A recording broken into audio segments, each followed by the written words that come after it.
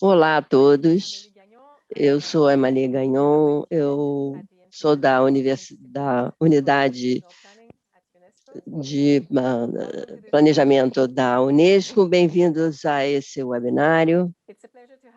É um prazer tê-los aqui conosco para esse segundo webinário para discutir as questões de equidade, privatização e direito à educação. Muitos estiveram conosco na semana passada, portanto é um prazer tê-los aqui de novo. E para os novatos, muito obrigado por estarem aqui pela primeira vez, é ótimo tê-los conosco. E hoje, nos próximos webinários, todos os webinários estarão postados na página na internet. Então, essa série foi planejada e aproveitando um trabalho feito anteriormente sobre a equidade, mas também sobre a privatização pode ter um papel importante e as estruturas variadas sobre o direito à educação. Na semana passada, nós discutimos a introdução em termos amplos para a privatização da educação, as suas formas de disseminação. Hoje vamos comparar as abordagens, as lições de vários sistemas educacionais diferentes. Depois teremos duas outras sessões no futuro, em março, para ver como é que nós podemos entregar a educação como um direito humano e, finalmente, uma discussão com outros convidados para ver quais são as implicações para a equidade, privatização e direito à educação em vários conceitos. Vamos tentar tirar conclusões e também impactos de políticas para o pessoal de planejamento que planejam e administram sistemas educacionais para o mundo afora. É um prazer ter de novo o Frank Adamson conosco aqui, que nos dá muitas boas ideias para refletirmos. Na semana passada, você nos falou sobre conceitos e definições, e hoje você vai continuar a nos apresentar vários estudos de caso ou ideias de vários lugares do mundo. Você é professor da Universidade de Sacramento, nos Estados Unidos, e hoje teremos outro convidado que você vai apresentar de novo depois, o doutor Antônio Verja, que trabalha na Universidade Autônoma de Barcelona. É um grande prazer tê-lo conosco. Vocês têm especialidades diferentes, mas uma das questões é a interação de políticas governamentais e sua interação com o mundo privado. É um grande prazer tê-lo conosco aqui, com a sua conexão a partir de Barcelona. Antes de começarmos, num minutinho, eu vou reiterar a questão de que nós temos interpretação à disposição, temos 4 idiomas hoje, idioma, que é a língua base, depois a tradução para francês, espanhol e português. Hoje é um piloto para gravarmos cada uma das línguas para colocarmos no website, para as pessoas ouvirem no seu idioma predileto. Vamos tentar, vamos ver se vai dar certo, tomara, mas todas as gravações, slides e documentos mencionados serão também colocados como documentação no website.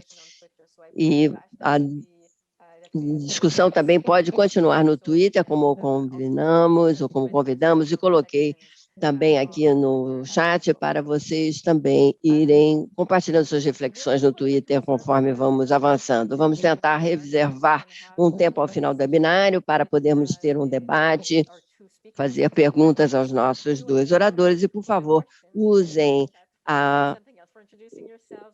o quadradinho de Q&A para as perguntas e respostas e o chat para outras coisas, para se apresentarem, o que for. Sem mais delongas, vou então deixar a palavra com o Frank para você poder nos dizer onde paramos na semana passada, o que vamos fazer essa semana para iniciarmos a nossa sessão. Muito obrigada. Ótimo, muito obrigado, Amelie, e muito obrigado ao IPE pela organização. Deixa eu me entender com a tecnologia aqui, compartilhar a tela. Muito bem. Eu também estou colocando aqui o meu Twitter, se as pessoas quiserem twittar. Então, hoje, nós vamos passar para a segunda rodada da série de webinários. Eu gostaria de dar as boas-vindas a todos os que estiveram aqui na semana passada e também aqueles que estão se juntando a nós pela primeira vez. É um grande prazer tê-los conosco. Na última semana, eu vou recapitular muito rapidamente e hoje será um grande prazer dar as boas-vindas ao nosso convidado de Barcelona, que vai nos apresentar coisas muito interessantes, tenho certeza. Então, eu vou continuar e mencionarei que da última vez nós falamos das definições e da disseminação de privatização. Hoje vamos falar de lições, de sistemas educacionais no mundo inteiro. Vamos falar da próxima vez como o direito humano e depois a Amélie falará um último sobre implicações mais gerais. Então, nós fizemos essa definição e há 3 componentes: financiamento, propriedade e administração. Então, nós estamos colocando em foco várias definições feitas por outras pessoas anteriormente. E aí, nós vemos isso através das trajetórias, de como é que isso está acontecendo, de que pode haver uma ideologia, depois falamos dos mecanismos, eu vou falar dos mecanismos porque tem muito a ver com aquilo em que nós vamos nos concentrar no dia de hoje, que são as escolas de anuidades módicas, as que têm bolsas, que têm subsídio, e isso vai nos levar à nossa linha de diálogo hoje. E, finalmente, um mapa em que nós usamos pequenos financiamentos para dar uma ideia de onde é que isso está acontecendo e realmente para salientar a assimetria de como isso é implantado, adotado em diversos locais. E nós temos um mapa global e também discutimos as diferenças individuais nos diversos países.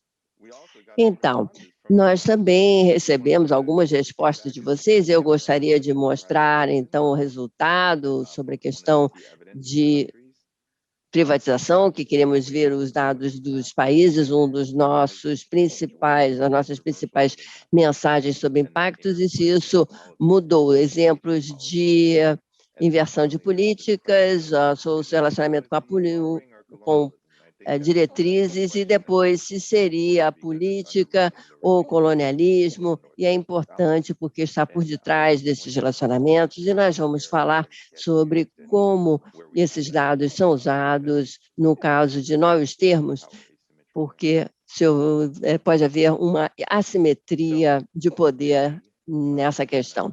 Então, hoje, vamos discutir 3 perguntas principais que chamam a minha atenção quando eu penso em privatização. Qual é o relacionamento com se atingir qualidade? O Tony também vai falar sobre isso. Os resultados são assim muito misturados, na melhor das hipóteses. Depois temos uma segunda pergunta sobre equidade, que são preocupações sérias sobre estratificação, exclusão, e quais são as outras alternativas. Eu vou mostrar que há vários países que estão implantando um sistema de investimento privado, e depois o Tony vai falar de subtipos de privatização, e depois vamos fazer uma perspectiva global, vendo a questão da equidade. E eu quase que criei placas de estrada sobre isso, né? Fiquei tentado, mas acabei não fazendo. Mas, enfim, é muito material, ninguém conseguiria acompanhar tudo se eu fizesse dessa maneira. Mas, então, em termos de país, em âmbito de país, nós publicamos esse livro em 2016, que faz uma comparação entre modelos de privatização, usando 3 pares de países, e agora nós mostramos que há resultados melhores quando há a questão da equidade.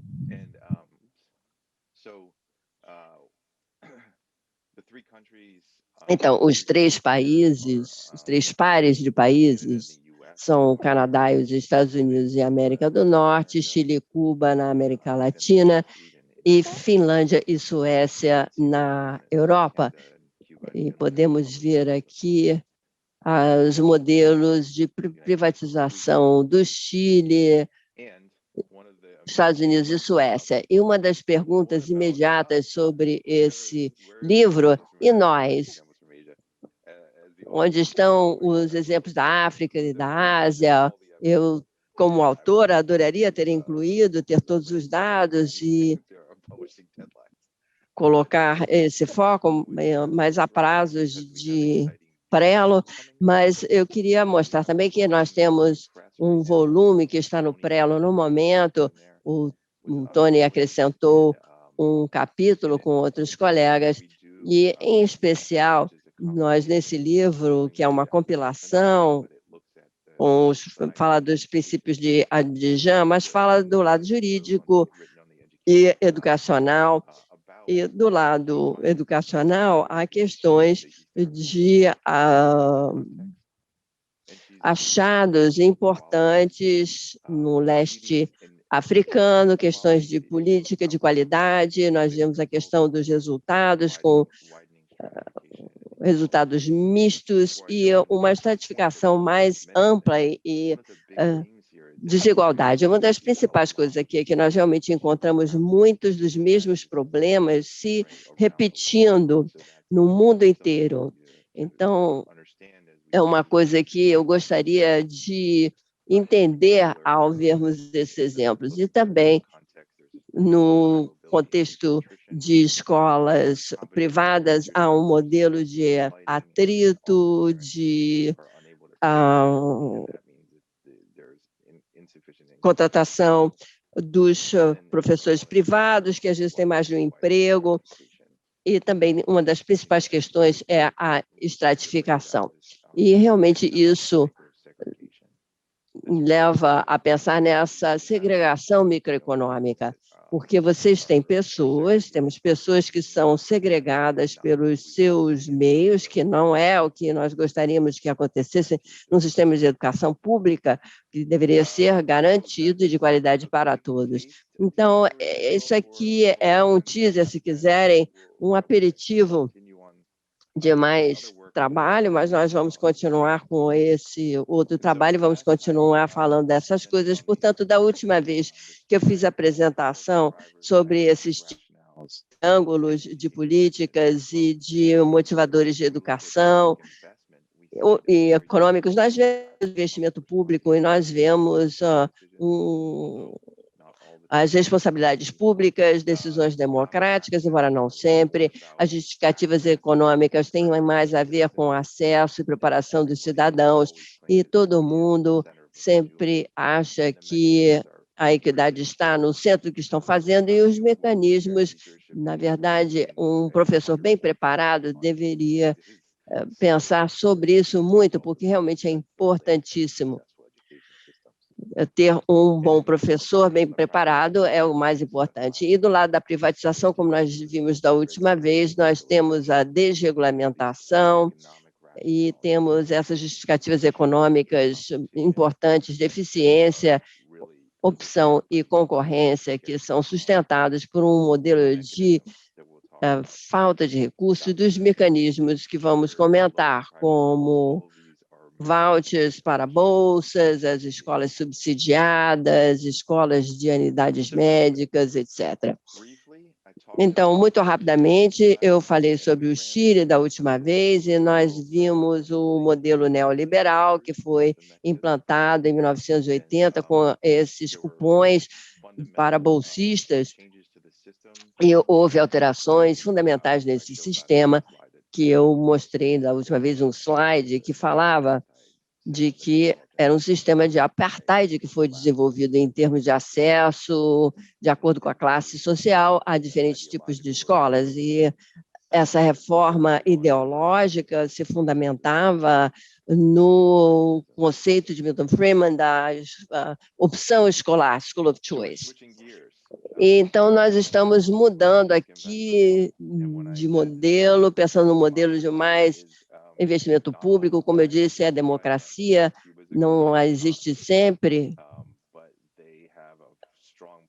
Temos a economia cubana, que tem uma responsabilidade muito forte. Eles investem nos seus professores e a pessoa que escreveu o artigo em Stanford sobre Cuba mostrou que há esse capital social que é a base do sistema. Então, eles têm uma classe social igualitária em vários países, em várias partes do país, e isso se manifesta em qualidade do professor e dos supervisores. Eles investem muito nos professores, mas os professores também são remunerados de tal maneira a não estar sempre procurando um outro emprego para ter um salário melhor. Então, isso se encaixa dentro de um quadro econômico mais amplo. O que isso quer dizer para atingir resultados na América Latina, e são resultados mais antigos, mas Cuba não participa de muitas avaliações internacionais. Vemos que na América Latina nós temos uma média, Chile estão sendo melhor nas avaliações, e aí Cuba está num campo completamente diferente. Podemos ver que lá há resultados desse investimento que Cuba vem fazendo na educação. E eu vou fazer uma pausa aqui. Na verdade, nós temos aqui uma pesquisazinha. Da última vez que nós fizemos uma pesquisa, nós falávamos de financiamento e dos diversos componentes da privatização, mas hoje queremos saber mais sobre o contexto. Então, deixa eu mostrar isso, Amelie. Nós temos aqui a Camila, que vai lançar a pesquisa, a sondagem. Aí temos. Então, a pergunta é qual é a prevalência das três formas de educação, ou seja, anuidades módicas, cupom de bolsista ou subsídio. Vocês podem responder se é muito prevalente, mais ou menos, sinais iniciantes ou não presente, que são as 4 opções. Então, vamos esperar aqui um pouquinho. Camila, você me diga quando as estações, ou quando as urnas já estiverem cheias.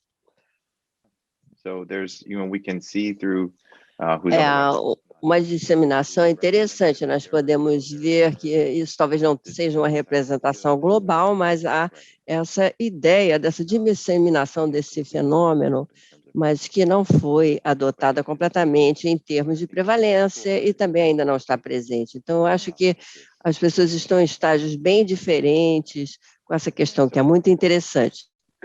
No, I was just thinking that it's interesting because unless we are an audience. Pensava que é interessante, porque a menos que nós sejamos uma plateia de que as pessoas pensem nos números, pensamos também no fornecimento da educação nos países. Portanto, observamos um padrão muito interessante. Sem dúvida, ótimo. Muito obrigada a todos. That was sort of the Latin American take on the achievement side and what the policy context. Então, vou continuar sobre a questão da América Latina e nós passamos para um outro par de países, Suécia e Finlândia.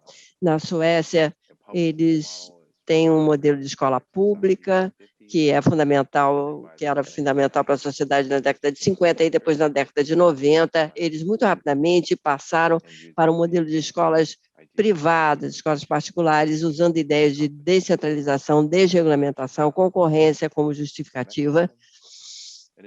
a usar esses mecanismos de mercado, e eu queria acompanhar esse sentimento nacional sobre as escolas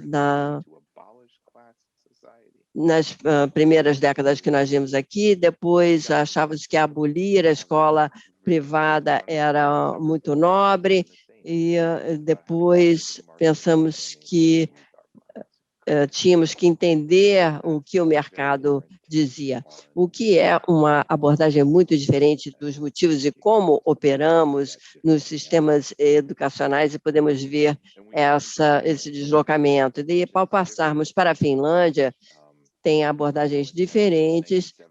Em 1970, eles fizeram muitos investimentos em educação, equalizando a educação, estabelecendo um currículo comum e melhorando o programa com foco em competências superiores, e eles têm bons professores bem preparados, que é um sistema. E eles tiveram uma crise econômica, estavam próximos a seguir o modelo sueco, e aí muitas pessoas na Finlândia disseram que eles foram salvos por essa crise. Então, vou voltar à questão do PISA daqui a pouco, mas quando nós comparamos esses modelos diferentes, há um capítulo do livro que fala das diferenças principais entre o que se chama o movimento da educação e a ênfase na concorrência e a opção escolar, enquanto que a Finlândia pensa na cooperação entre as escolas, a equidade de resultados. Há uma diferença entre ensino padronizado e personalizado. Eu não quero dizer personalizado no modelo de computador individual, eu quero dizer realmente tirar do aluno tudo o que ele pode para ele entender os próximos conceitos. É dessa profundidade de educação que estamos falando. E no modelo nós temos um foco em letramento, numeração, e também se acha que as pessoas não vão se deslocar enquanto não forem testados. E na Finlândia, eles procuram dar apoio aos professores, entendendo que se eles tiverem auxílio e apoio, vão se sair melhor no seu trabalho. Então, como eu disse antes, voltando àqueles scores, se nós formos ver em 2006, realmente há uma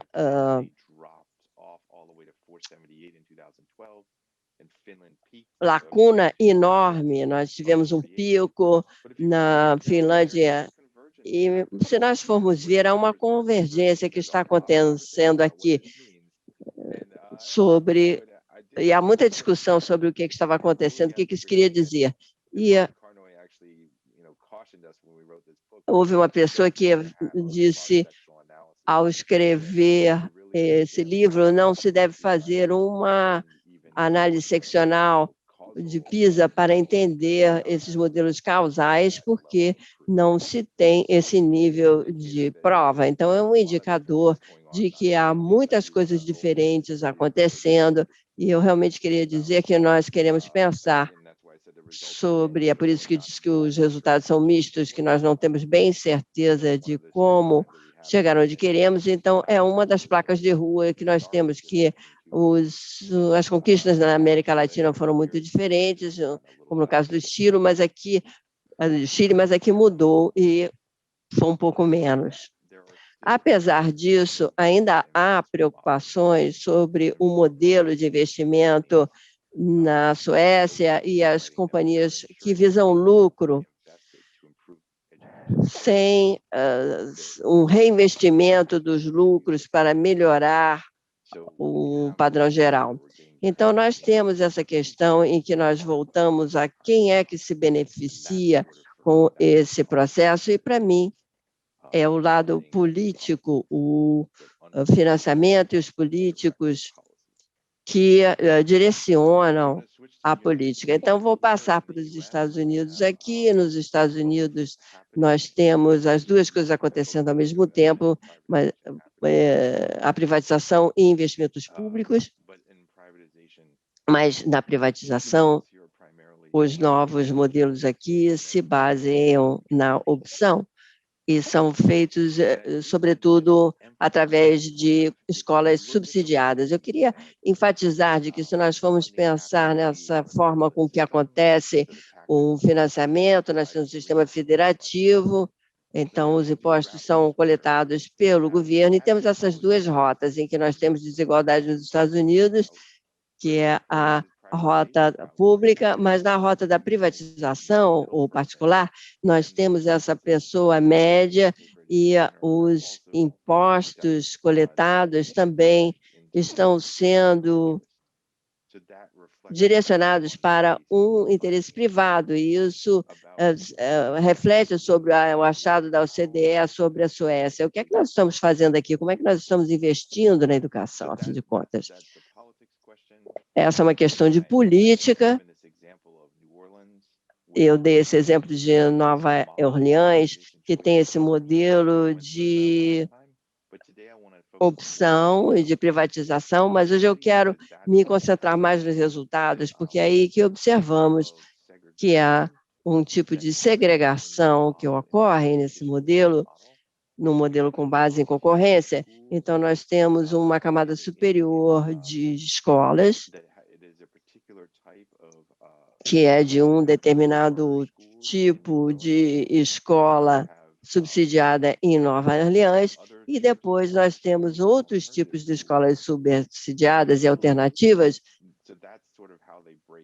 e é assim que elas se subdividem em termos de conquistas. Mas quando nós vemos aqui, quem é que tem acesso a essas escolas? As escolas de melhor desempenho, quase que 90% dos alunos são brancos em Nova York.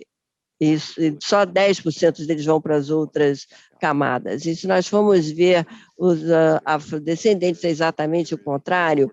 Então, nós vemos que há um mecanismo de seleção que está acontecendo. É por isso que nós quisemos fazer esse estudo global, para ver se isso está acontecendo em termos globais, e aí depois vemos os países e em jurisdições, e aí que nós podemos detectar a questão da equidade. Então, um exemplinho do que isso significa nessas escolas superiores, nós estamos obcecados, não estamos obcecados por testes, nós ensinamos para o conhecimento, e na outra rota, as crianças quase que só fazem prova o tempo inteiro, e na terceira faixa, você está sentado em frente de um computador o tempo inteiro, sem interagir com alguém. Essas são formas fundamentalmente diferentes de concepção de educação. Uma das coisas que fizemos foi expandir a nossa pesquisa. Nós pegamos pares de cidades, uma na Califórnia, outra em Detroit, na parte central dos Estados Unidos, e depois em Washington, na capital, Washington, D.C. E o que nós vimos é que havia uma intensa segregação, são escolas de 90% ou mais de crianças de cor, o que é chamado de segregação intensa. Então, há um problema por toda parte, e esse problema se reflete também em outros problemas. Um enorme problema é que nós temos muita falta de escolaridade, muita gente fora da escola, que é um motivo original pelo qual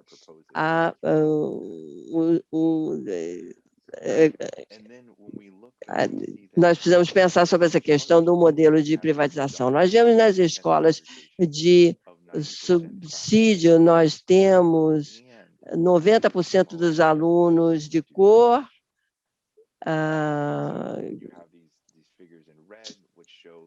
em vermelho nós vemos as escolas com subsídio, que são números mais altos lá.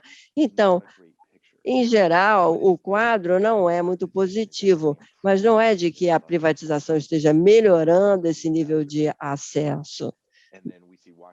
E aí depois nós vemos Washington, D.C., que tem também os seus números que não são muito precisos em termos de acurácia. E depois nós vemos as diversas populações em cada um desses grupos. Se nós formos ver aqui, e temos muitíssimos números aqui, mas os números que eu estou salientando são as diferenças em resultado de testes. As escolas públicas em Camden, 22% pior do que os seus equivalentes privados. Mas parece que as escolas subsidiadas estão muito melhor. Mas olha só, isso aqui é o número de alunos de educação especial que essas escolas têm no seu corpo docente, no seu corpo discente, melhor dito. Então,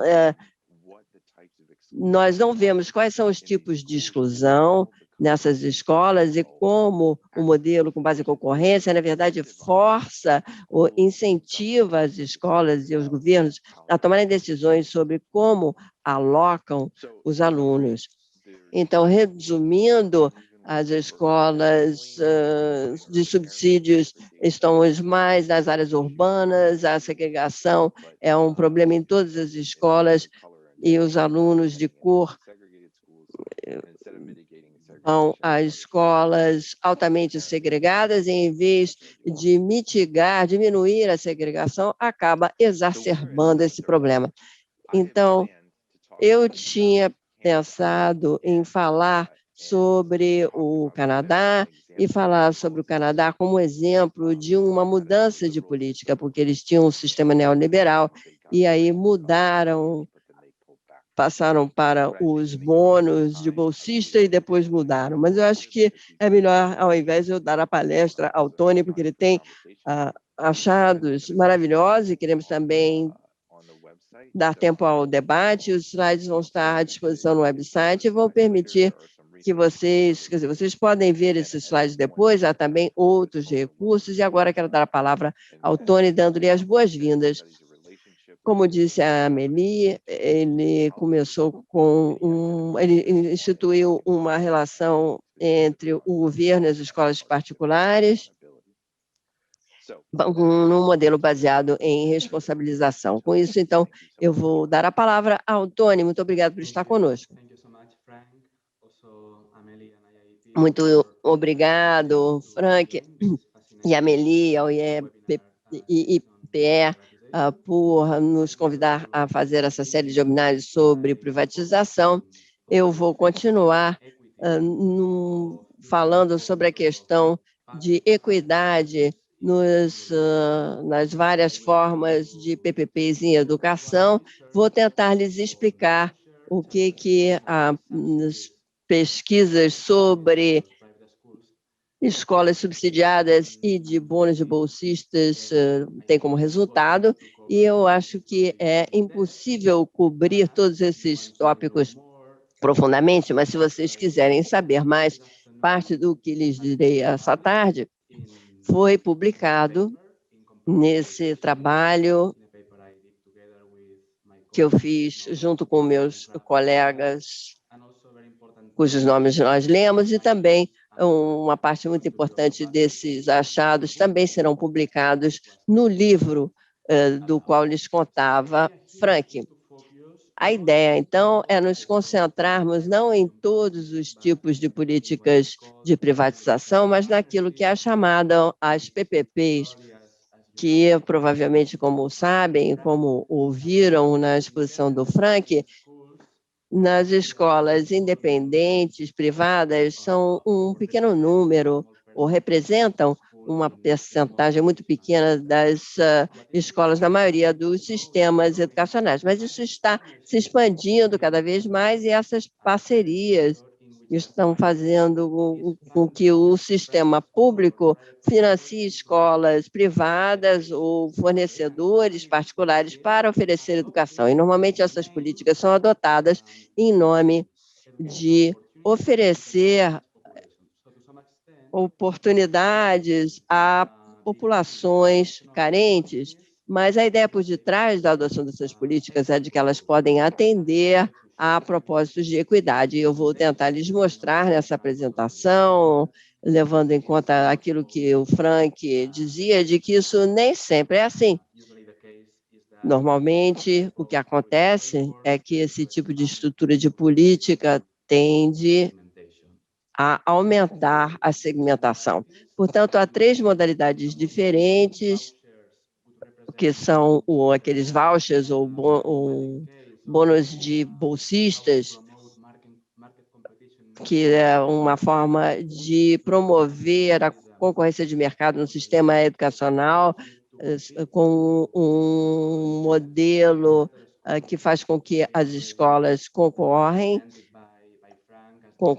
as escolas de charter ou subsidiadas também já foram explicadas pelo Frank, e são escolas particulares que devem oferecer educação pública, e eles têm uma certa autonomia das regulamentações do Estado, e depois uma outra modalidade que seria sem uma teoria de mudança muito forte por detrás,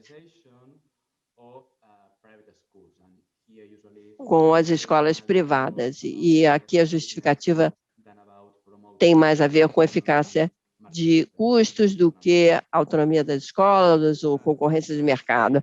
Então, como disse o Frank, aqui a questão sobre a pesquisa sobre o impacto das PPPs nem só é pouca, mas também mostra resultados contraditórios. E, às vezes, nós vemos que eles falam sobre escolas subsidiadas, esses vouchers, mas de uma forma muito ampla, com categorias muito amplas, sem levar em conta variáveis de desenho político quando avaliam a equidade ou os efeitos negativos dessa política. E nós achamos que isso é importante para abrir a caixa preta de planejamento de política, porque, de acordo com a estruturação de uma PPP, nós podemos ter resultados melhores ou piores.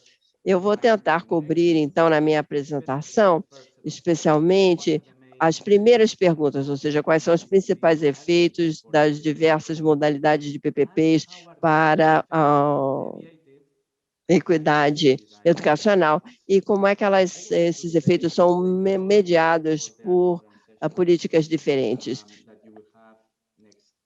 Vocês terão outras sessões na próxima semana sobre qual é o papel das organizações internacionais e dos governos nacionais tentando resolver esses problemas de políticas e qual é o papel da regulamentação pública, mas talvez seja uma coisa que nós possamos discutir posteriormente. Ao falarmos de opções de estruturação política, de que é que estamos falando? Falamos de regulamentação, que tem a ver com os tipos de fornecedores que podem fazer parte de uma PPP, e se eles podem ser aqueles que visam lucro, ou se seriam só organizações sem fins de lucros que podem fazer parte.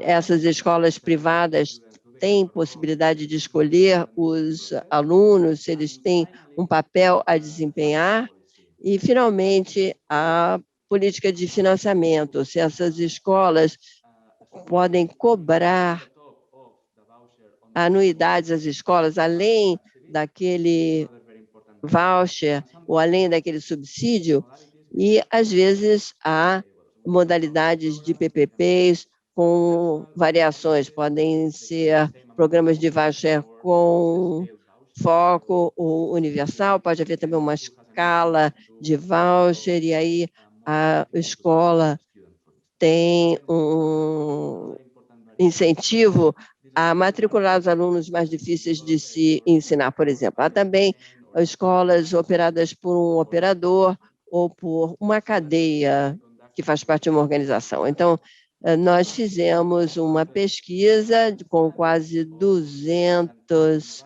dessas formas de PPPs, mas, como podemos ver, a maior parte do estudo tentou ver o impacto dessas políticas sobre resultado e sobre equidade. Quando nós vemos o impacto global dessa comunicação, o que observamos é que, se colocarmos tudo junto num banco de dados, em geral, a maioria dos estudos relata resultados negativos, e é claro que há vários estudos que dão resultados positivos, mas o maior número de estudos também relata efeitos neutros, efeitos como, por exemplo, de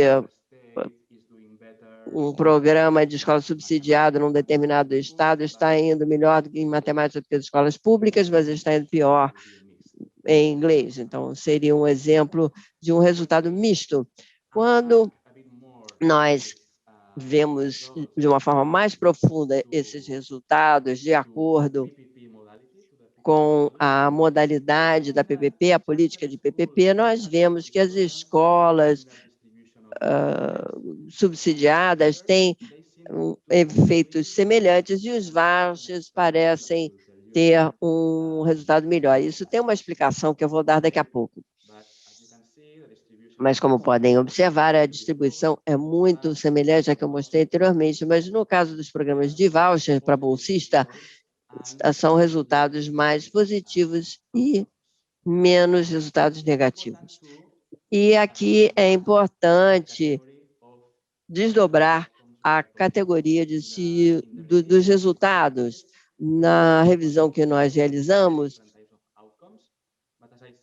houve pesquisas sobre resultados muito diferentes, mas, como eu disse, o tipo de resultado mais presente são resultados de aprendizado e de equidade. E aqui o quadro é muito claro, especialmente quando nós vemos os efeitos de equidade nas diversas políticas de PPP. É importante ver que essa a figura são dois lados de uma mesma moeda, porque há uma compensação entre resultados educacionais e a equidade. A categoria de resultados de aprendizado também é importante, porque as pesquisas às vezes vê os efeitos agregados das políticas PPP sobre o sistema educacional e outras vezes determina se há um efeito de derramamento das escolas subsidiadas sobre as públicas, mas muitas vezes vemos os resultados de aprendizado nas escolas públicas e nas privadas. Então, é uma comparação entre público e privado, público e particular, e normalmente os resultados de aprendizado nas escolas particulares são melhores, porque essas escolas têm um efeito da composição social de seus alunos. E é por isso que os resultados de equidade dessa política são exatamente negativos, porque esse tipo de modalidade tende a gerar mais segregação escolar, mais segmentação escolar e algumas dinâmicas de exclusão dos perfis específicos dos alunos. Eu vou dar só aqui as manchetes e depois vocês podem ver os dados e tabelas nas publicações que eu mencionei no início. Mas em termos dos programas de voucher, desse bilhete de desconto para bolsista, nós temos um universal versus aquele concentrado. Universal, nós podemos... Normalmente, os universais são menos bons do que aqueles que são dados a grupos específicos para pessoas carentes, por exemplo. No Chile foi implantado isso para promover a concorrência de mercado, que do ponto de vista de equidade é o pior, porque ele leva à geração de muita segregação escolar. Ao mesmo tempo, se nós precisarmos pensar num programa de voucher para a equidade, de acordo com os resultados da revisão, é melhor que esses programas de voucher não permitam as escolas a cobrar e não permita as escolas escolherem os alunos, porque quando isso acontece, há mais desigualdade e há mais segregação escolar. Com as de subsídio ou charter, nós vemos uma coisa muito parecida. As escolas com fins lucrativos do tipo charter tendem a obter efeitos piores em termos de equidade do que as escolas subsidiadas sem fins lucrativos. A variação também é importante. Em termos das CMOs, elas têm resultados melhores, mas são piores em termos de equidade, provavelmente porque são mais seletivas ou têm estratégias de seleção que não sejam tão frequentes no contexto das escolas subsidiadas. E quando se permite a seleção dos alunos, normalmente o que acontece é que esses programas geram resultados de equidade piores. Então, os principais achados da nossa revisão mostram com clareza que as PPPs são problemáticas em termos de estrutura de política para a equidade, mas quando nós vemos as variáveis de estruturação que modulam esse achado, o que observamos é que naquelas PPPs que tentam emular, vamos dizer, as dinâmicas de mercado, ou que promovem mais concorrência entre as escolas, ou menos opções, ou que permitem fornecedores com fins de lucro, ou escolas que determinem parte do valor de mercado, geram resultados piores em termos de segmentação e segregação escolar. Seria um dos principais achados da nossa revisão, e eu acho que é interessante também ligar essa ideia dessa compensação entre uma conquista escolar e a equidade, porque, sem dúvida, esses programas de PPP, se saem melhor, as escolas particulares saem melhor nessas PPPs, acontecem quando há uma possibilidade. Então, há essa ideia de uma compensação. Normalmente, você tem melhores resultados escolares, porque você pode matricular aqueles que têm melhores resultados ou alunos que não têm necessidades educacionais especiais. Então, a questão é que, se nós precisarmos dar um assessoramento a um governo sobre a possibilidade de adotar uma PPP ou não, talvez a nossa resposta com base dessa revisão seria de que é melhor você procurar alternativas de políticas. Mas o que acontece quando já existe uma PPP funcionando num país? Eu acho que aqui é importante termos uma discussão sobre como regulamentar esse tipo de PPP. E a palavra de cautela aqui é de que é muito importante distinguir entre a regulamentação formal e informal. Nós nos concentramos na revisão em regulamentação formal, e nós sabemos que nem sempre elas são bem implementadas. Há vários estudos que mostram que os sistemas em que não permitem lucro, cobrar anuidade das escolas, isso continua acontecendo. Há muitos mecanismos informais que estão acontecendo, por exemplo, no contexto dos programas das escolas subsidiadas, como as escolas, ou o diretor da escola pode ter reuniões com os alunos, exigindo um grande envolvimento da família na escola, que nós sabemos que as famílias de classe operária são desestimuladas desse tipo de prática. Então, qual será a resposta? Eu acho que, nesse momento da história, nós temos uma fase muito interessante, que estão acontecendo muitas coisas, e essa série de webinários é um excelente exemplo.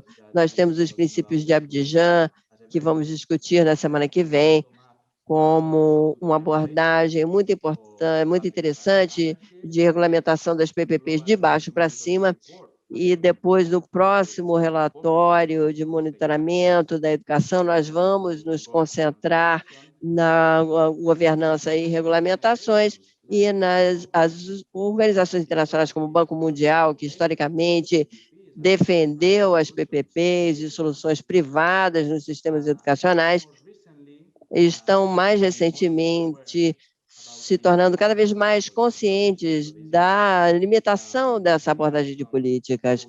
Portanto, essas são algumas citações do relatório de desenvolvimento mundial de 2018, dedicado à educação, e que podemos ver aqui o Banco Mundial está falando de várias coisas que o Frank e eu falamos, das limitações do setor privado, do nível de segregação que continua acontecendo nesse tipo de estrutura, etc, etc. Portanto, eu acho que é muito interessante que estejamos num contexto onde há um consenso global que está problematizando os efeitos das PPPs sobre a equidade, que eu acho que é uma primeira etapa muito necessária para encontrarmos soluções mais estruturais a esse problema. É tudo no momento. Muito obrigado.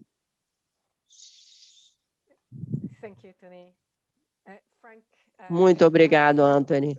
Frank, talvez as últimas palavras para concluir essa sessão, antes de passarmos para o debate e avisos.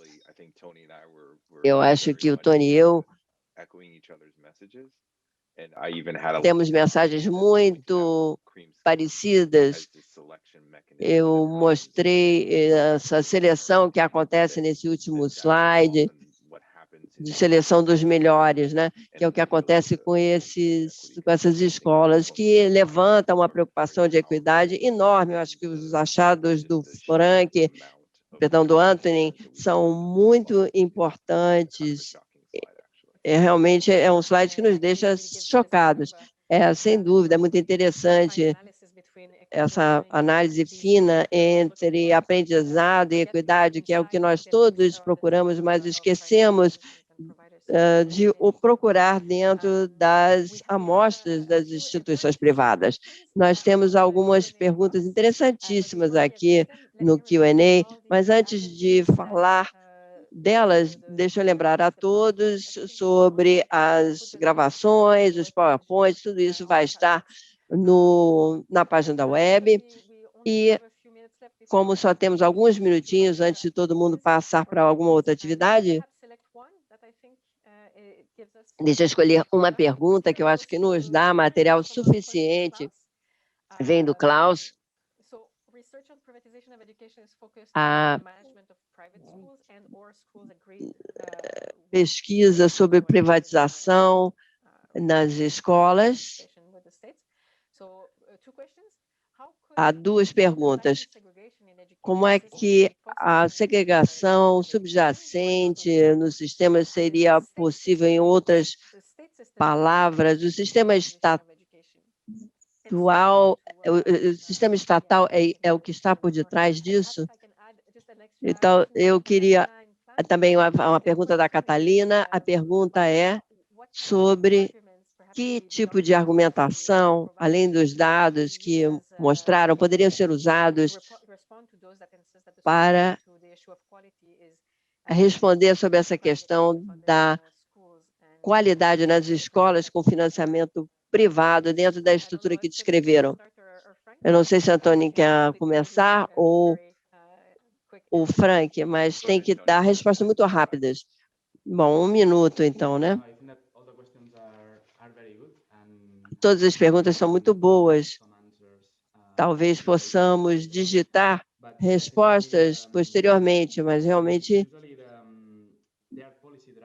no geral, há forças motrizes por detrás da privatização. O exemplo das escolas com voucher para bolsista ou subsídios são muito importantes para entender como a privatização, o setor privado, desempenham um papel maior no sistema educacional já de início, mas no nosso trabalho o que observamos também é que há muitos forças motrizes de cunho não político por detrás da privatização. Temos um Estado passivo diante de um número cada vez maior de demandas pela educação, que está permitindo muitos operadores privados a surgirem, escolas de anuidade módica, seria um outro caso muito interessante, que tem um impacto muito importante em países latino-americanos, da África subsaariana e também do Sudeste Asiático.